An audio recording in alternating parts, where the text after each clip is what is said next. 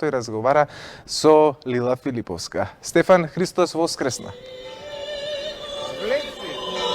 Христос воскресна и од тука, навистина воскресна. Ге слушнавме богослужбата на Господин Стефан камбаните од Чука, тоа значи Христовото воскресение. Лила, Христос воскресна.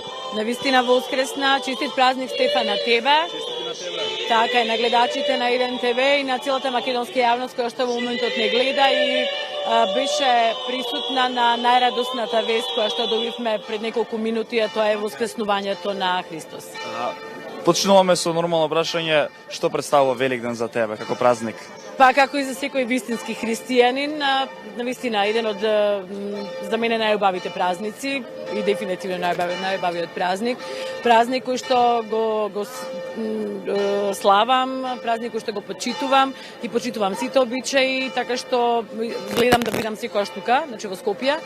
И обично сум пред некоја црква, обично овде пред соборниот храм. Твојот син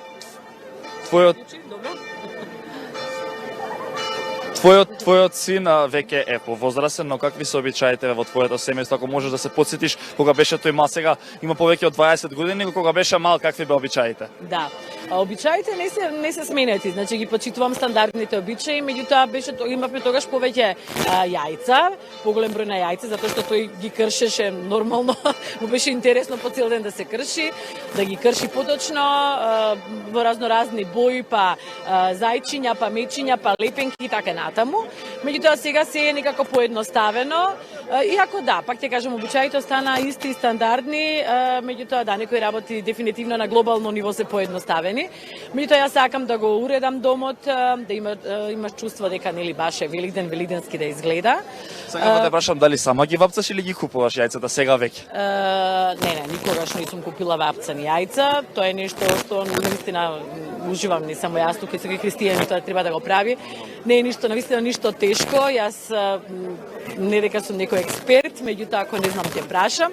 Битно е дека тоа сама го правам и после на крајот кога ќе јас донесов јајца, едно за тебе, едно за мене, тоа се лично мои, така јас ги фарбав денес, така што не, далеко од тоа не купувам, туку сама го правам тоа. Великден оваа година го очекуваме заедно тука во овој прекрасен храм.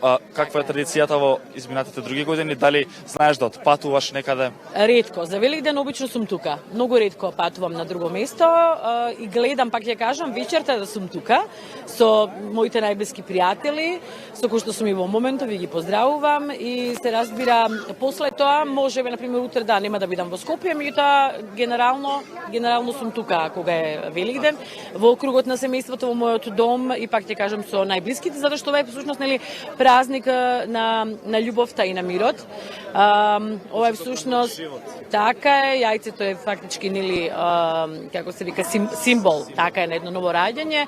Ова е всушност денот кога нели го прославуваме победата, триумфот на злото, односно на доброто врз злото и на животот на смртта, така што тоа е ден кој што навистина треба повеќето да бидеме дома, иако не сме. Така, ова е најубавиот ден за христијанството општо. Јас предлагам нашиот колега Васко да ни ги предаде повели. Васко, подржи ова така. Кажи ми какво сакаш, значи увие се сега Васко, ќе бидеш ли љубезен? Ваското, јас. Значи јас ги вапцав и убави се. Ова е бисерно. Значи некој мислеше дека не сум го испарбала, меѓутоа бисерно е, да, иако можеби не се гледа, бисерно е. Да, ќе оставам, ти имаш предност, повели.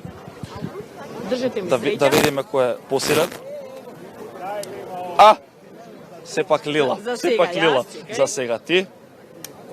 И значи, на вистина, не, јас мислам дека ова е местено, твоето е дрвено, ти си ги правила. Не е дрвено, ова ќе ти го подарам. Ова е за тебе. Ти благодарам. Така што ти благодарам. Да знаеш дека не е и ова не е дрвено. Се шегувам нормално. Како за крај на великденска честитка, воедно ова е последната дама за вечерва и гостинка во нашето двочасовно великденско издание, па еве ќе те оставам на гледачите што би им кажала како честитка великденска. Уште еднаш среќен Великден, Христос воскресна, навистина воскресна. Посакувам пред се здравје, посакувам многу љубов, посакувам да заборавиме, да подареме рака на сите оние кои што сметаме дека нели ни се непријатели или имаме може јајце. А после сега се снимам. Ќе ти го дадам, биди тука. Да се одјавиме. Да подареме рака, да не заборавиме дека само љубовта може да не спаси и дека дефинитивно ако можел Христос да се жртвува себе си за доброто на сите нас, можеме ние да направиме нешто добро, односно да се сакаме затоа што љубовта е единственото нешто што може да не избави од лошото и од злото.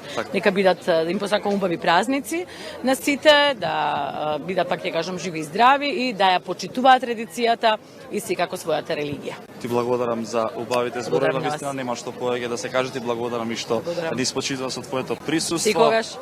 Ви благодарам и на вас за вниманието, но сега продолжуваме со Александар и Лепа, ние од тука толку. Александар? И нам ни останува од тука уште да го одјавиме прво овој разговор, а потоа да се одјавиме и ние, но пред да се одјавиме уште еднаш на нашите гледачи им подсакуваме многу здравје, мир, среќа и благодет во нивните себества.